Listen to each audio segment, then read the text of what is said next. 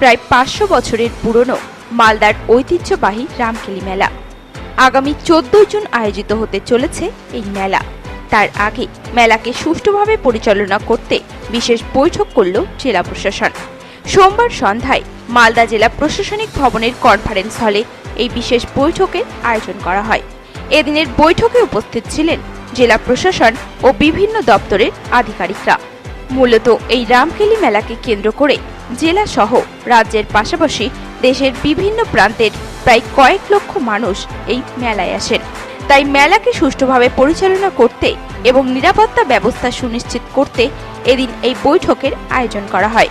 এ প্রসঙ্গে জেলা শাসক নিতিন সিংহানিয়া জানান,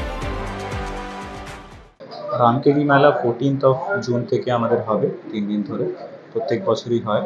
এবং তার যে সেফটি সিকিউরিটি অ্যারেঞ্জমেন্টস তার নিয়ে আছে coordination meeting with various departments আছে করা হয়েছে। এবং যেভাবে আমরা প্রত্যেক বছর সেফটি সিকিউরিটি অ্যাসপেক্টসকে মাথায় রেখে যা যা ব্যবস্থাগুলো করা হয়, টয়লেটস থেকে শুরু করে আরও যা যা ব্যবস্থা হয় সবগুলোই টেক আপ করা হয়েছে। এবং আমরা চেষ্টা করব যাতে কোনো ধরনের কোনো অসুবিধা কোনো প্রয়োজনের না হয়। যেহেতু নাম্বার অফ পিলগ্রিমস প্রত্যেক বছর বাড়ছে, আমরা যা যা ফেসিলিটিস যেগুলো ওখানে করা হয় তৈরি, সেগুলো আরও বেশি বেশি করে করার চেষ্টা করছি।